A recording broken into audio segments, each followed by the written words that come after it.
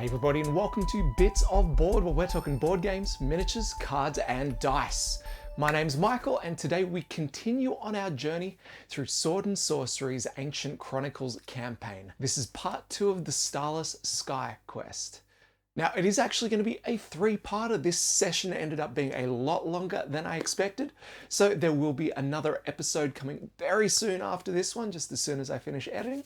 So if you want to wait for that one, no worries. That said, let's get straight into it.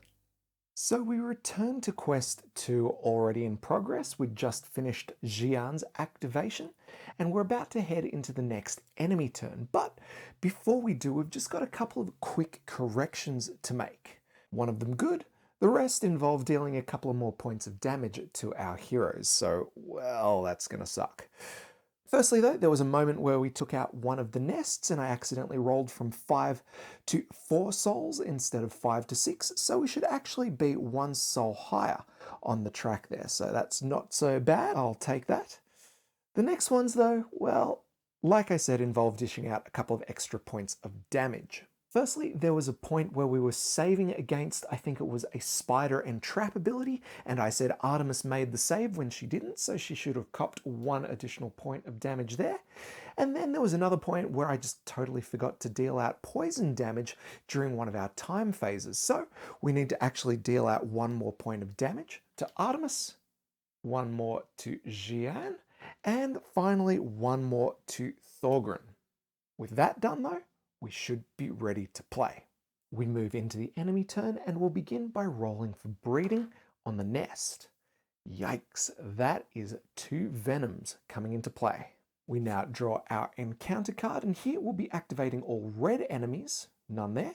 So otherwise we'll be activating all lowest rank enemies.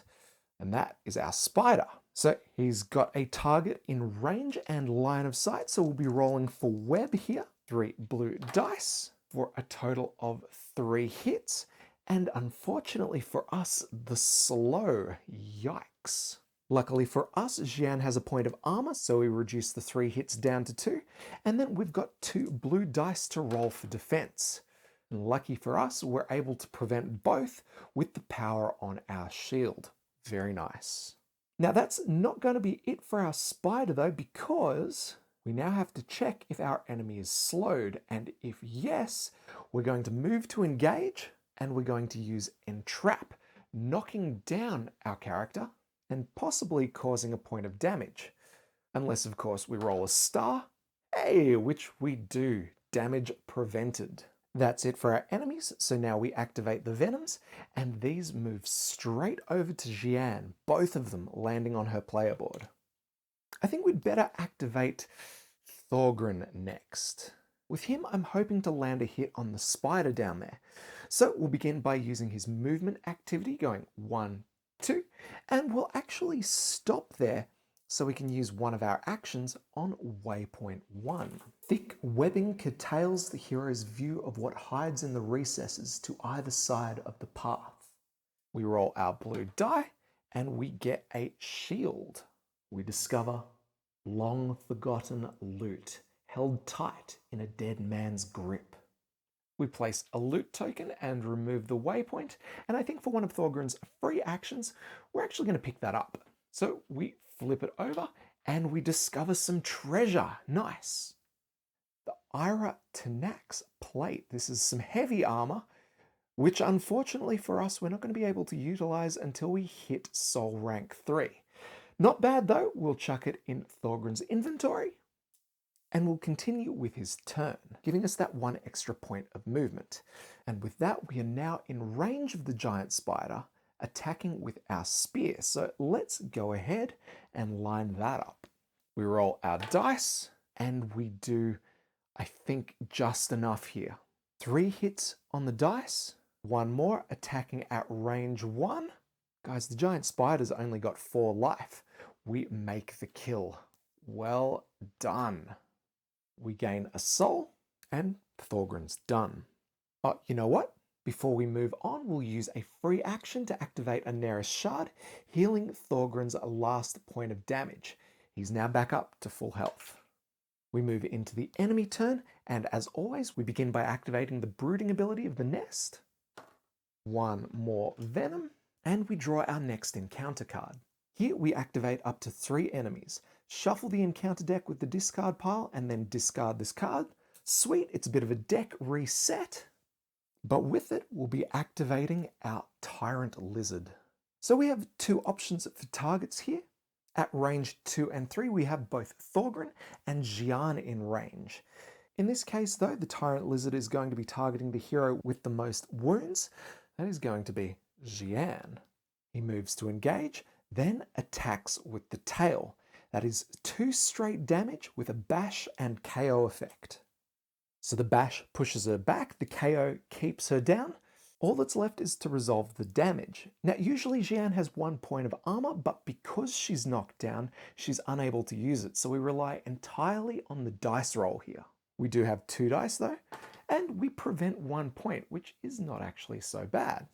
She is stacking up the damage though, so I am a little scared here. The Tyrant Lizard's turn over. We now activate the Venoms. They move 3 spaces, 1, 2, 3, moving to attach themselves to one of our heroes, in this case, Thorgrim. Next up, I think we're going to activate Xanteris here, and this is going to be a bit of an iffy move, but we're going to try.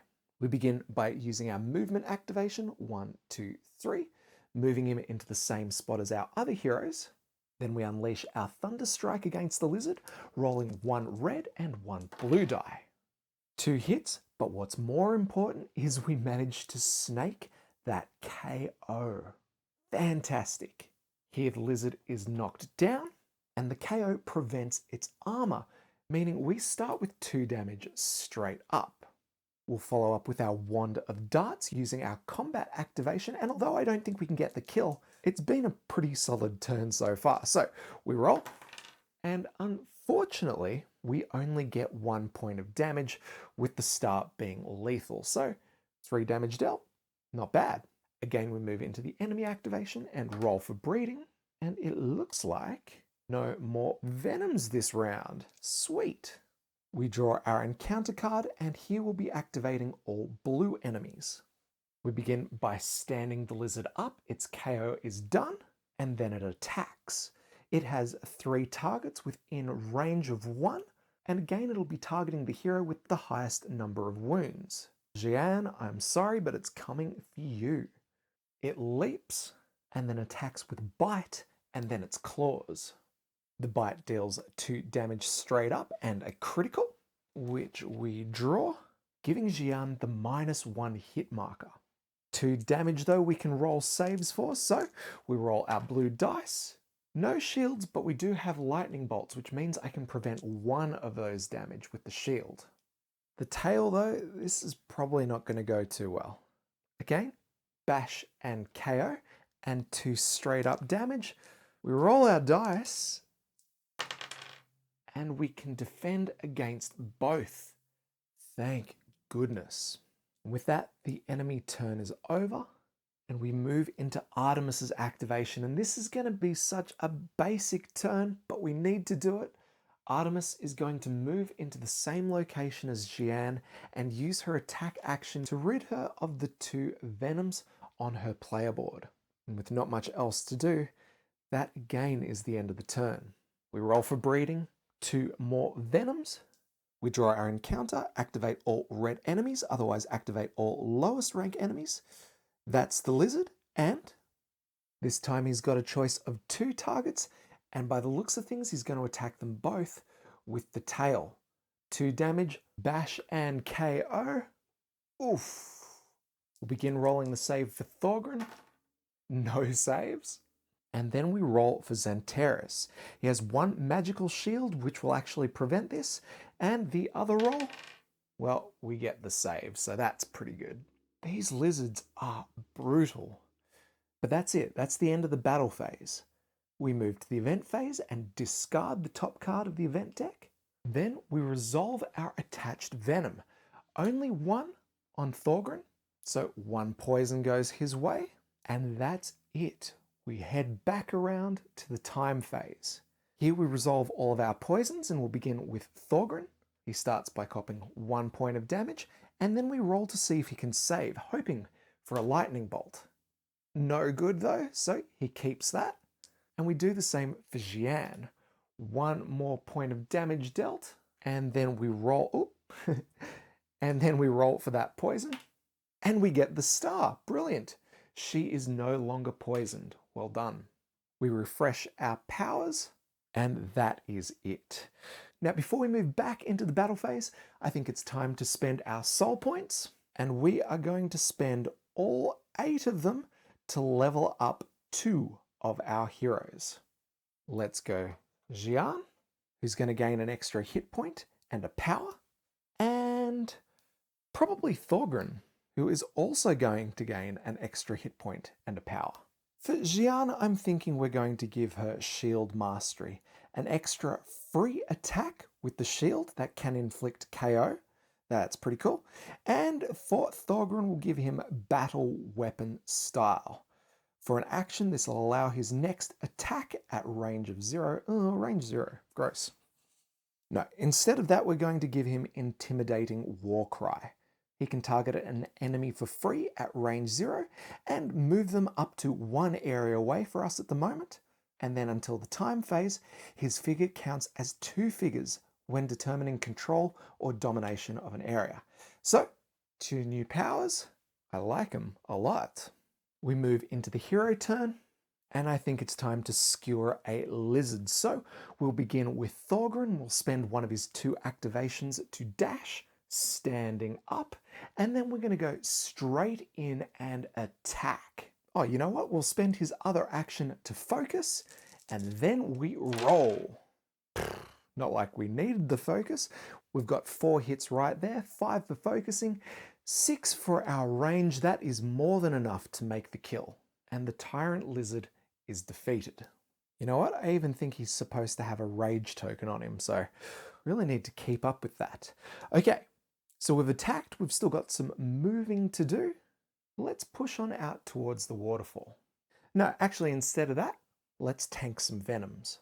We heal up with the Naris Shard, and that is it. We move to the enemy turn. Roll for Venoms, 2 more, and at the end of the turn, they go off to find a new home. For all of our Venoms, that means Thorgrin. We move into Zentaris activation, and he'll spend an action to stand up. We will then move 1 space, and then we'll spend our combat action freeing Thorgrin of all of those Venoms. We roll for breeding, and no new Venoms. Thank goodness, I really needed that. Next, we activate Artemis, and I think we're going to do something a little interesting here. We'll begin by moving 1, 2, 3, and then we're going to summon Dharma. But before we do, we've actually come into line of sight with the shadows down here, so we will resolve them. First one is a champion, and that is our giant spider. And this one is going to be a tough one, a veteran. He rolls any hit or defense dice not showing an attack or a shield symbol. That is going to be tough. All that's left is our other lizard. This guy comes with his own enemy power as well. Oh boy, this one is a leader. At the beginning of its activation, all enemies in its area use their power. Holy crap. You know what? I really wanted to summon Dharma, but I think this has kind of stuffed our plans a bit. Look, we've used 3 of our 4 points of movement. I actually think we're going to go back here for 4, and then we'll spend our action to go for 5. And then it's here that I'm going to spend our attack activity to summon Dharma. Safety in numbers, I hope. The hero turn is done, and we roll for breeding, 1 Venom, and then we draw our encounter card. Activate all enemies in full health. Here we go. We begin with our lizard, who encourages all enemies in his area to use their powers.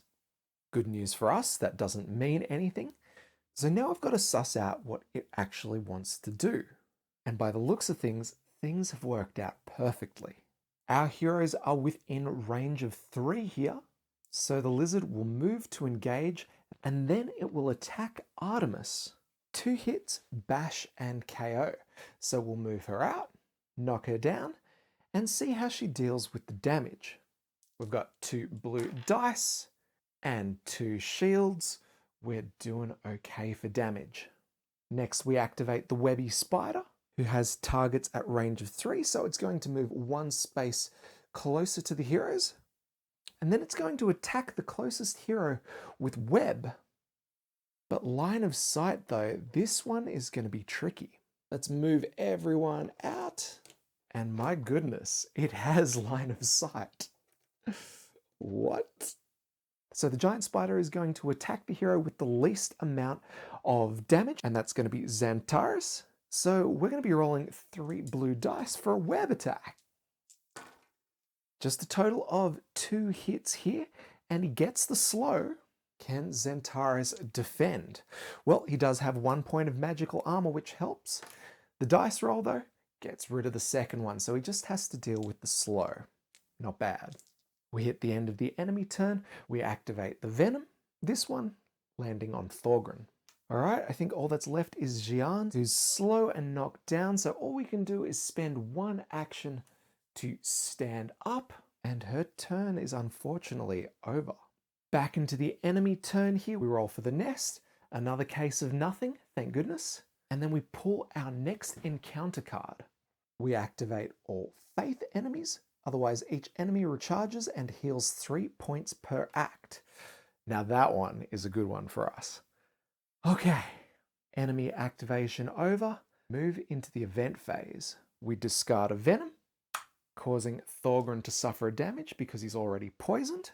And we draw an event card. And here we have volcanic activity. For each area containing at least 1 character, roll 1 blue dice. If we roll a hit, all characters in that area suffer KO and fire. What? It looks like we've got a few areas to roll for. For starters, we'll go up here. And that's a lucky shield, well done. We move to this one. Another good roll. We move to the central pool area with the webby spider, and that's another save, far out. And then finally we head down here to the nest, and wow, everybody saved. I'm devastated. That was free damage to our enemies, guys, and we screwed it. Bad rolling. Okay, the event phase is done. We move into the time phase. We resolve Thorgrin's poison, so he cops 1 damage there. And we roll to see if he can discard the token. Come on, lightning bolt. Oh, no good. We refresh our powers. Finally, Xian has her heal back in action. Unleash rage. Awesome. We are all good to go. Speaking of rage, that point of poison damage would increase his rage counter to 2 as well. Nice. Let's move into Artemis's activation. She's going to spend an action to dash, standing up, and then we're going to spend 1 point of movement to get back into the same location as Dharma, so we can fire off a couple of arrow shots at the Tyrant lizard. Here we're going to try and make use of Dharma's on-fall ability, so we should get 2 attacks, I'm hoping here. We'll roll for the first one though, and we do pretty good. 3 points of damage ain't bad, although we do have to knock that down to 2 because of the lizard's armor, but I'm hoping we can finish things here. Second attack, 1, 2 hits, we get a third from our lightning bolt, but thanks to the gremlin roll there, we actually get to draw a critical because of our predatory instinct. Come on, something good. We draw, and we resolve -2 to health. That's all we needed. Well, technically we only needed 1, but that is sick nonetheless. All right. Lizard is dead. Long live the lizard. And our heroes gain 1 soul for their troubles. Nice.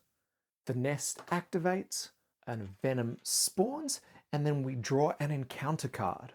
Activate all purple enemies, otherwise activate all highest rank enemies. That's the spider. He's got targets within range of 2, so it's going to be attacking with the web. We roll 3 dice for 3 hits. Who's it actually targeting here? Least amount of wounds, it's going to be Xantaris. Now this time, he's got no magic shields left. Yes, they're actually temporary. Whoops. So all we have is our 1 defense dice, and we do make the save because of the star, but we also have to cop 2 damage, so that sucks.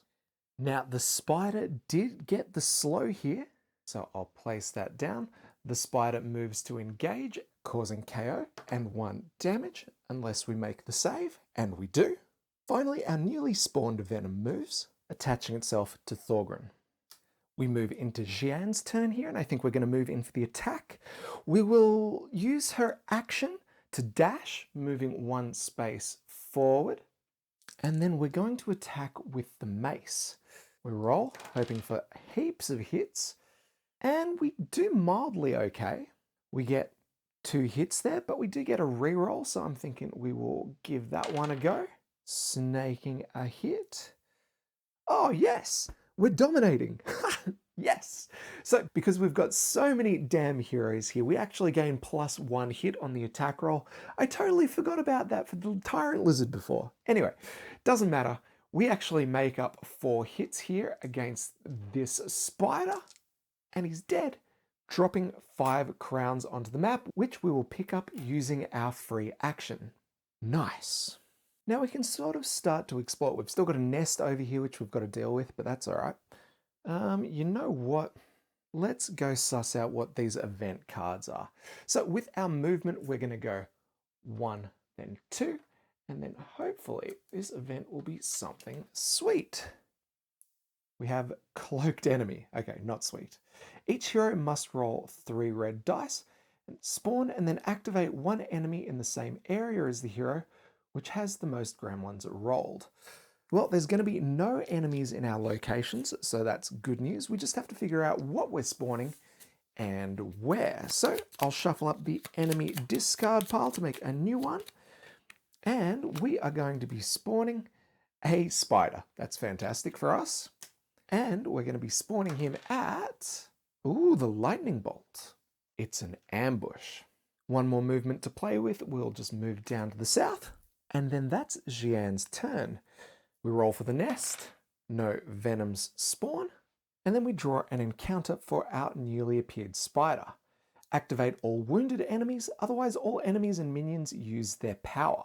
The spider doesn't do anything, nor does the nest in this case. So that's very cool. We move into Thorgrim's activation, and we should probably try and kill that spider nice and quick. So we will dash for 1 point of movement. We'll use Antares to heal up 1 point. We will focus for a hit, and then we'll roll our attack. 1 hit, 1 more for the focus, 1 more for the range, and 1 more for our rage. Boom, spider 1-shot. And 1 more soul. We'll now use his movement activity. 1, 2, 3. And then because we've got 1 more action available to us because of that rage, we're going to dash 1 more time so that we're in range for our next turn's attack. Hero turn over, we move to the enemy turn. 1 more venom spawns, then goes straight to Thorgrim. And then we have 1 last hero to activate. That's Xantaris spending his action standing up, and that's all he's got. Another spawn from the nest. Yes. Another onto Thorgrim, the poor guy. And that is the battle phase over. We move to the event phase, discarding volcanic activity. Then we resolve all the venoms. 1, 2, 3 points of damage here. We move into the time phase. Not much to do here except resolve our poison for Thorgrim. He cops his 7th point of damage out of 10, and we roll a lightning bolt. We do not. Oh, he's still poisoned. I think we're going to need to get that heal on him fast. We begin the hero turn, activating Thorgrim, and we're going to go all out attacking this nest. We spend an action to focus, and then let loose with the spear. 2 damage, plus 1 for the focus, plus 1 for the range, plus 2 for the rage. That's 6, and we're going to use a lightning bolt to remove the armor from this thing. 1 hit, 1 kill again, Thorgrim, you beast. The nest drops 5, grants a soul, and now I'm thinking we are truly home and hosed. Let's spend one of Thorgrim's free actions, healing up just 1 point of damage. And then we're going to head to the south to see what this event is down here. That's 1, 2, 3, plus 1 movement for the rage, and we'll spend our last remaining action moving that final space, sussing out what the event is, and guys and gals, it's story event number 2. Fantastic. The hero's feet dig deep into crumbling clay.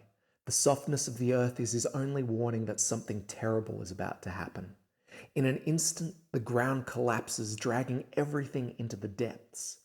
The hero's fall is abruptly halted by a huge web spun between the ground and the abyss. Vibrations ripple across the web, and suddenly a spiky shape skitters towards the hero to claim its prey. We remove the spawn gates from the map. We set up the new map tile with a new spawning location, throw Thorgrin into its depths, and we roll for a save. Finally, we place a new event on the event deck and cover it with story event 2. 2 more events until the stuff really hits the dungeon fan. That's a lot of fighting, and guys and gals, now we are split up and Thorgrin is pretty badly damaged out there. This is not great. What have I done? I'm thinking we'll leave it there. Next ep, I want to go search just cause, and then we're going to send the rest of our heroes down to follow him. I hope, fingers crossed, we can make it out of here alive. Till then though, back to the studio. All right, guys, there we have it. The team is split up. We've got a countdown going to next episode. This is going to be wild. Like I said, part 3 will be up very soon. So till then, enjoy the episode and I will catch you soon. As always, my name is Michael. This is Bits of Board. We'll catch you next time.